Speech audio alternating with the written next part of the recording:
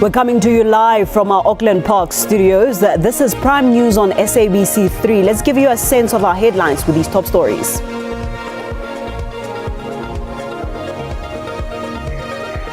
Discussions regarding the renewal of the African National Congress continue to take center stage on the second day of the party's National General Council in Boksburg, east of Johannesburg. We'll take you there live shortly.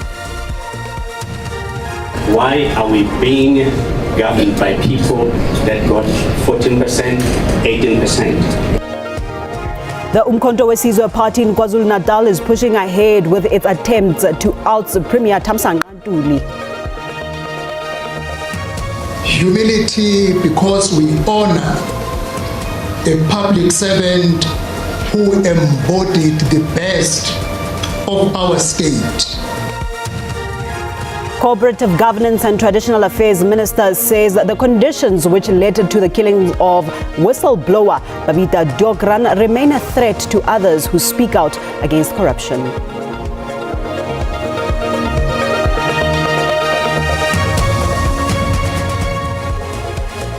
At the back of those headlines, it has just gone 8 o'clock. Good evening and welcome to Prime News on 3.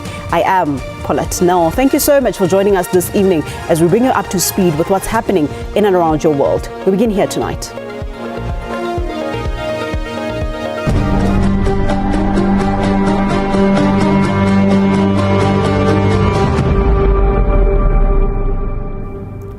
Discussions regarding the renewal of the African National Congress continue to take center stage on the second day of the party's National General Council in Boksburg, east of Johannesburg. ANC National Executive Committee member Donald Selamolela has shared that the ANC is embarking on a cleanup operation against corrupt members.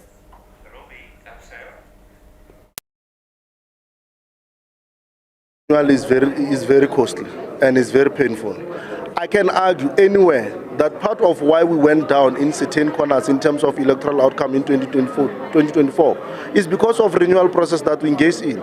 Because when you start to attend to certain rogue elements within the organization, you then have to, the result that is what you see now.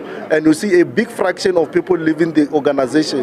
But it's a painful process we must go through. We must never feel sorry that now if we had not taken certain decision, we would not be at 40% in 2024. Because we'll be unfair to ourselves, we'll be dishonest. Yeah. But in reality, renewal is happening, is going to happen. It's a painful process that we'll have to pay. Political analyst Professor Susan Boyson says it is almost impossible for the ANC to revive its old ideology of activism and nationalism. She argues that that careerism has become deeply entrenched among party officials and members, making a return to those values unlikely. Representatives of the ANC and other parties, ANC in this case talking about, are already in business and they want to be in public positions, even in elected positions, in order to further strengthen their business interests. That has been a big trend in ANC politics. And we should also expect that that will be exacerbated as ANC delegates, representatives realize that the time is probably running out. We've already seen the time has run out where they have sold political power in governments at various levels, various places. But the lesser their chances are to make it into represented positions, elected represented positions, then the bigger the infighting is going to be in the party and the more the recognition is going to be that this is probably the last chance they have to get into lucrative positions. Of the Charter was principally led by the South African Congress Alliance, which included the ANC, Ramaphosa, as he makes his address on this. the Congress of Democrats, and the Colored People's Congress.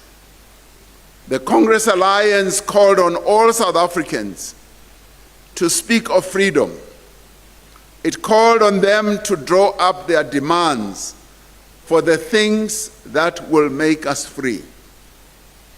In the call to the Congress of the People, the Congress Alliance said, almost poetically, let us speak of freedom, all of us together, African and European, Indian and colored, voter and voteless, privileged and rightless, the happy and the homeless, all the people of South Africa, of the towns and the countryside. Let us speak together of freedom and of the happiness that can come to men and women if they live in a land that is free. The report of the ANC NEC to the 1954 annual conference said, never in South African history have the ordinary people of this country been enabled to take part in deciding their own fate and future. There is a need to hear the voice of the ordinary citizens of this land, proclaiming to the world their demands for freedom. Close quotes. From across the country, people responded in their great numbers, leading to the Congress of the People, which was the biggest single gathering of representatives of the people of South Africa. Now, to have the Freedom Charter drafted, the ANC itself sent 50,000 volunteers across the country to collect freedom demands from ordinary people, a massive grassroots democratic exercise. Now, it is recorded that many of the demands were written on pieces of paper, some even on toilet paper, some on cardboard.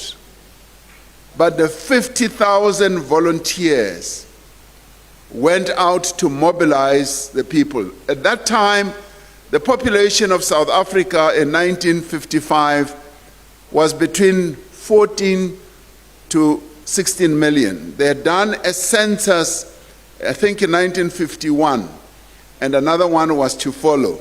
So the estimates are that the population would have been 14 million. Now, if the 50,000 volunteers had gone out to touch the hand, the soul, the mind of everyone, each one would have had to meet and talk to 280 people. Now, the organizational ability of amassing 50,000 volunteers showed that the ANC of the 50s had broad-based mass support and that it was able to mobilize grassroots structures throughout the country. Even then, the ANC showed that it was an organization that relied heavily on strong participatory grassroots structures. And these structures gave the organization widespread reach, ensured democratic participation, facilitated community engagement, and enhanced mobilization and effective feedback as well. Now, we often talk about being able to mobilize thousands of volunteers for election work. Are there any lessons that we as the African National Congress can draw from the manner in which the ANC of the 1950s functioned in? The ANC's success in mobilizing thousands of people stemmed from a combination of its historical legitimacy, the strong local branches that it had, strategic partnerships that it formed with a variety of organizations, and a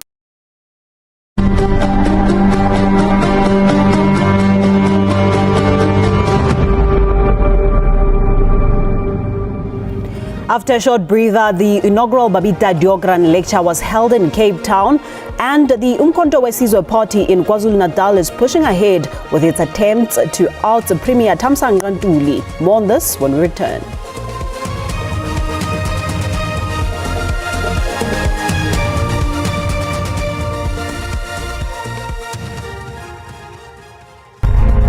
Welcome back to this now. Cooperative Governance and Traditional Affairs Minister Velinkosini Hlabisa has warned that the conditions which led to the killing of whistleblower Babita Deokaran remain a threat to others who speak out against corruption.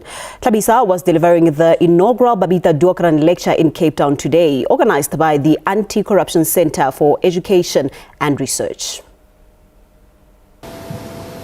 I speak as a minister responsible for cooperative governance and traditional affairs with both humility and urgency.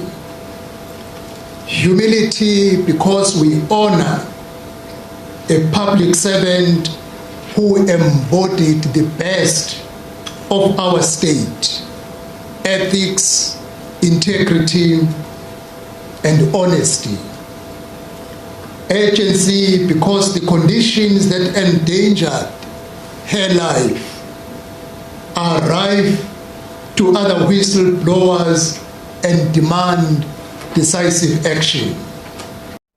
In KwaZulu-Natal, the Umkhonto weSizwe party is pushing ahead with its attempts to oust Premier Thamsanqa Ntuli. The party says it's confident that its upcoming motion of no confidence against Ntuli will garner enough support to succeed. The KZN legislature is expected to debate the motion next week on Monday. With just over a year since the formation of the Government of Provincial Unity, the future of KwaZulu-Natal Premier Thamsanqa Ntuli and his government hangs in the balance. 80 members of the legislature will decide Ntuli's fate. The Umkhonto weSizwe party, which brought the motion, is the largest in the House with 37 seats.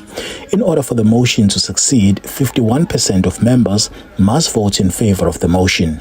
Why are we being governed by people that got 14%, 18%? We have decided to reclaim our province. Economic freedom fighters say they are still holding discussions as to how 2 of their members will vote.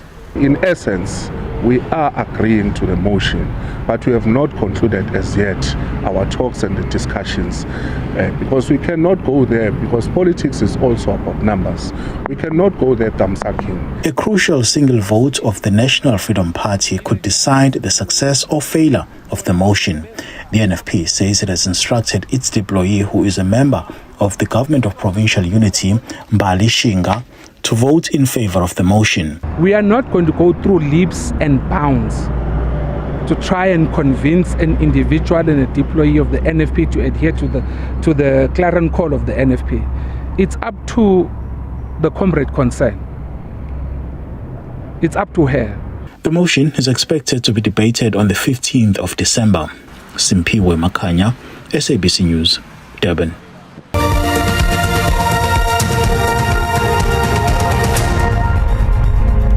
Thank you for staying with us. Let's take you further afield, where U.S. President Donald Trump has hit out at Ukraine's leader, saying he is disappointed with Vladimir Zelensky. It comes as President Zelensky held meetings with European allies on Monday, looking to show up support for his country.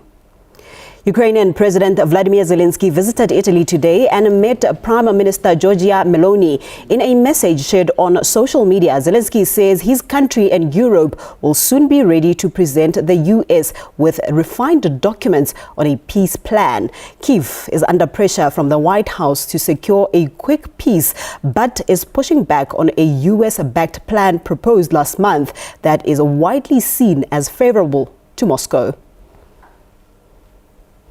And now here's the latest market update as recorded at 7:30 this evening.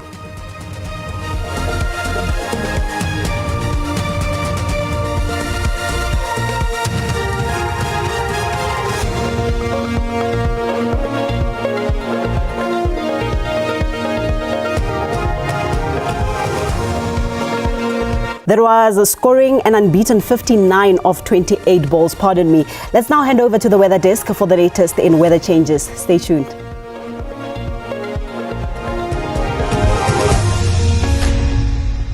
Well, it's a very good evening to you. Let's take a look at all your weather details. We've got some isolated showers along the south coast of the country as a cold front just brushes by, bringing with it some rainy conditions. We've got scattered rainfall for the east coast of South Africa, stretching across the Free State in towards neighbouring Gauteng and then towards the northwest province. That's for this evening.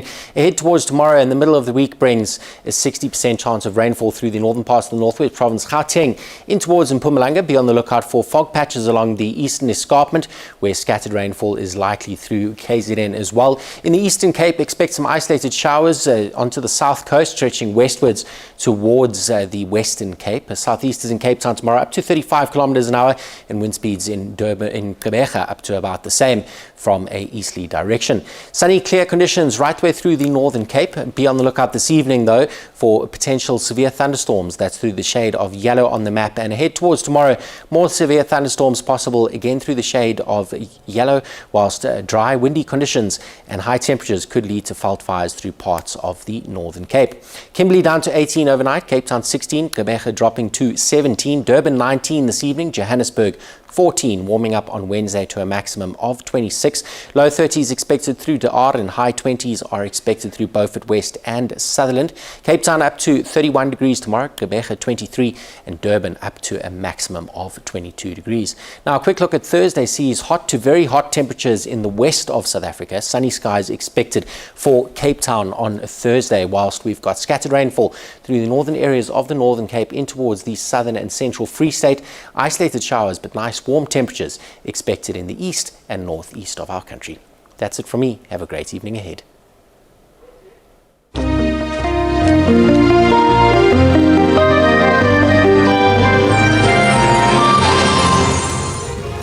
That concludes our time together this evening. Much gratitude for joining us. Tomorrow, unfortunately, we won't be live. We make way for the second of the T20I series encounter between Proteas and India in Cuttack in India. Until next time, it's good night. God bless. Pula.